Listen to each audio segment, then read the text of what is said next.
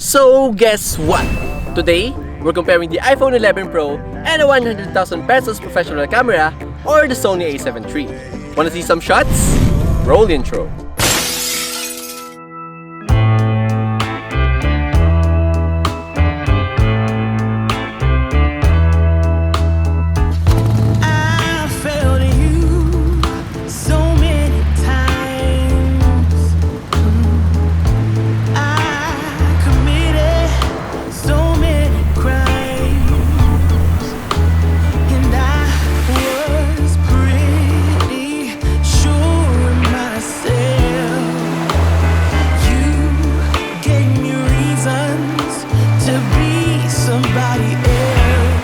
Baby, I'm home again.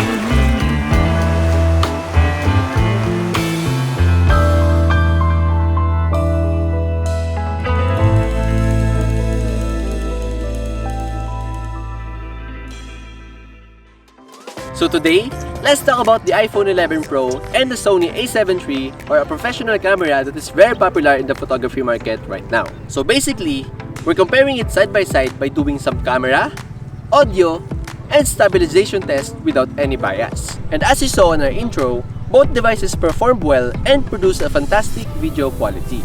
And lastly, we're going to talk about the most important features of both devices, so you can decide what to buy even if you don't have enough budget to buy both.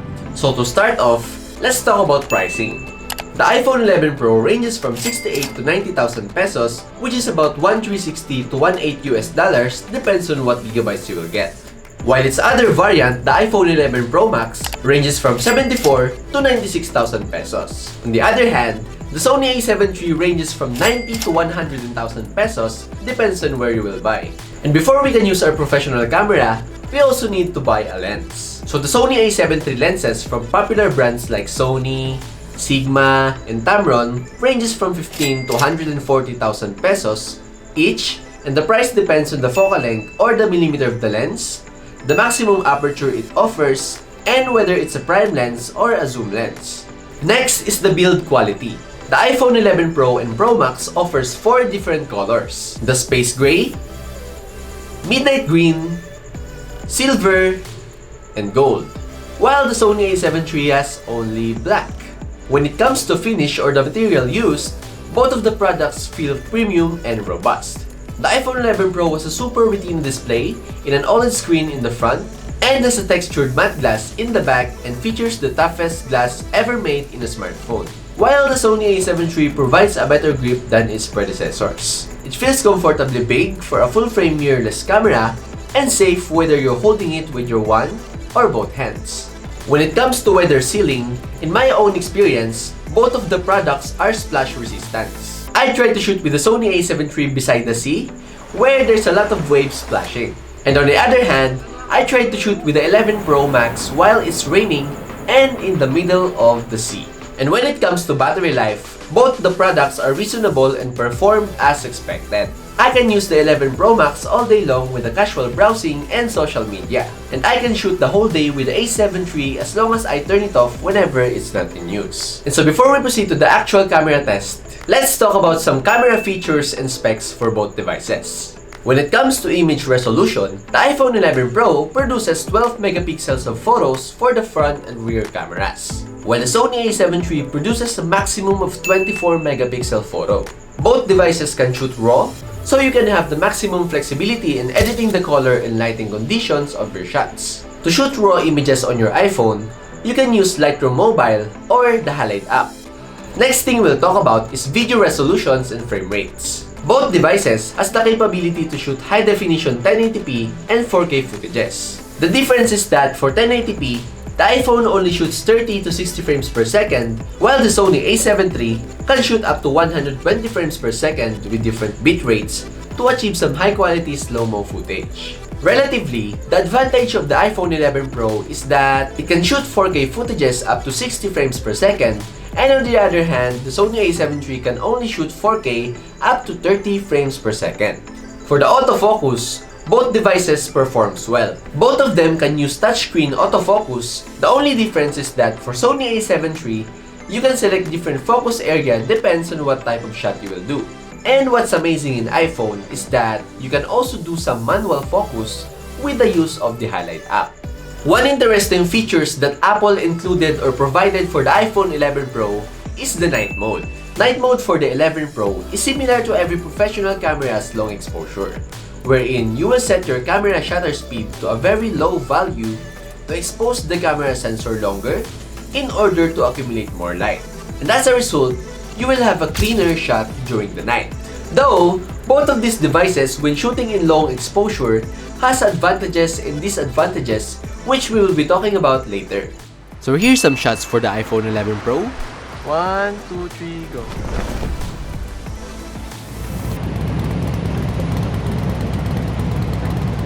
Yan, tandaan taas. Yan. Tapos baba rin.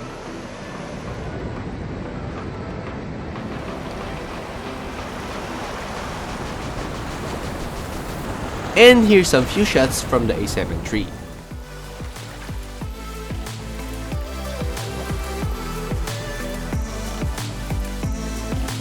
So next one is stabilization test.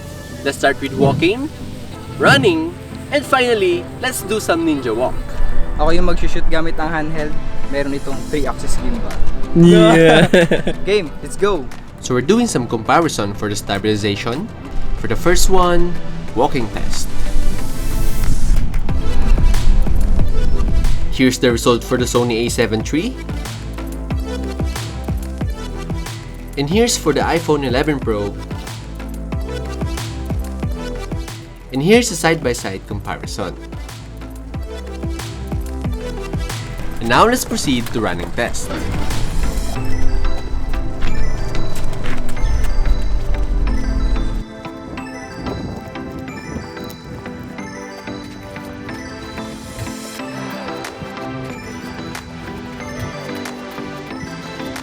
And for the ninja walk,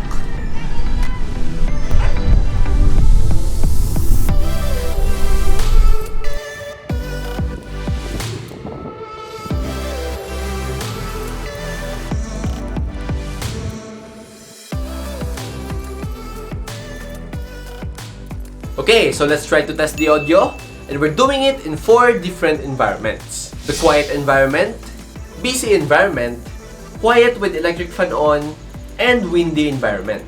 Okay, testing the audio of the iPhone 11 Pro on a quiet environment. Okay, testing the audio of the Sony A7iii on a quiet environment. Okay, testing the audio of the Sony A7iii with the shotgun mic on a quiet environment. Testing the audio of the iPhone 11 Pro on a busy environment. Testing the audio of the A7iii on a busy environment. Testing the audio of the Sony A7iii with the shotgun mic on a busy environment.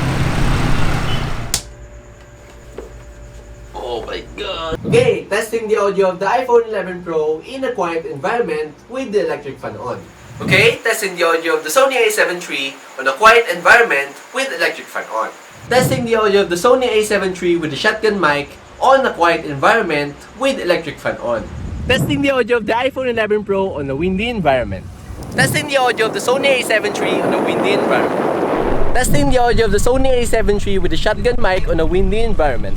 Okay, so let's proceed to the pros and cons. For the pros, for the iPhone, obviously we can text, call, chat, and communicate with our friends and loved ones. We can browse the internet, watch some Netflix, navigate our locations, and lastly, and the most important, we can use TikTok. My heart went. Just kidding. So another pro for the iPhone is that it's small and compact. So it's very versatile. We can capture good quality photo and video anywhere with just one hand. We can edit photos and videos anytime. We can play our favorite games. And of course, it's user-friendly because it doesn't have any complicated buttons unlike the professional cameras. And for its low exposure, you can use and capture using night mode even without tripod because the iPhone 11 Pro has insane digital image stabilization. So even your hand is a little shaky, you can still produce a sharp long exposure image. And for its cons, first of all, the video and image quality. Because resolutions and frame rates won't define the quality of your images. They are just attributes, or let's say, it's what your camera is capable of. But the reality is, the image quality of your shots will be defined based on the size of your sensor. Because the bigger the sensor, the more amount of light your camera can capture, which results to a higher quality and less grainy footage. So now, let's try to look at the size of the sensor side by side. At the left, the Sony A7 III, and for the right is the iPhone 11 Pro Max. So it's almost 1/4 the size of a full-frame sensor. And I also took a shot on both devices for some comparison. All 4K footage shots with the same lighting conditions. And the last con for the 11 Pro is that you can't use the night mode feature when using the wide camera, which is very sad for the landscape photographers. Next is the pros for the A7 III. First and foremost, the photo and video quality. Because the fact that it can shoot flat or raw photo in video gives an advantage to manipulate the colors and exposure during the editing. Number 2 is interchangeable lenses. Because for professional cameras, we can change our lenses depends on what type of shot or look we need. Either we want some wide shot or a close-up shot with a massive background separation to the subject. That will make our shot look more professional and cinematic. Another pro for the A7 III is that we can put external microphone to have a high-quality audio and external monitor to have a bigger and brighter screen. To make it short, professional cameras provides features that gives users the ease of use to achieve a particular shot with efficiency. Those features includes number 1, which is focus peaking. Focus peaking is used to easily determine if your shot is in focus. Number 2 is different kinds of grid for shot compositions. And last is the zebra feature to identify if your shot is overexposed.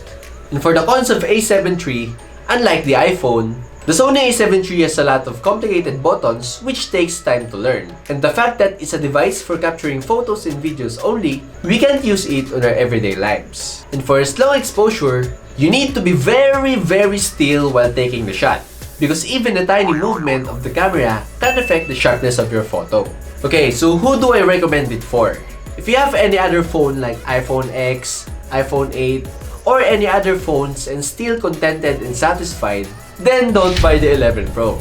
If you are passionate in photography and willing to take it to the next level, if you are upgrading from a lower-end APS-C camera, if you want to take photography as a side hustle or side job, or in short, you want to earn money from photography, then it's a good idea to invest on a professional camera like the Sony A7 III.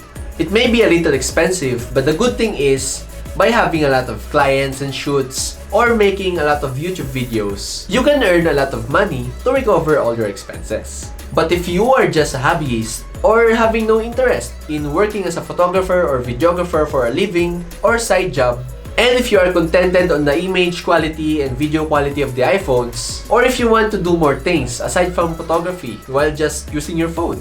I mean, nowadays, we can do everything with our smartphones. And for me, the iPhone 11 Pro is the best smartphone ever made. It's very flexible.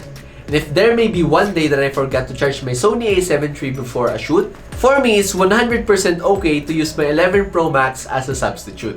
As long as I have a perfect lighting or enough lighting to light up my subject. So, to end my recommendation in this video, if you are going to buy these products because you have seen everybody else using it, then stop. Please stop trying to impress everybody around you because the reality is, no one really cares. And please, stop buying things that are out of your budget because at the end, you are the one that will suffer financially because of your big ego. So, I hope that you've enjoyed this video and learned a lot about the iPhone 11 Pro and the professional camera. I will be doing more comparison video and product reviews in the future as long as I see some interesting products. Stay tuned and subscribe to this YouTube channel for more. Have a great day and God bless!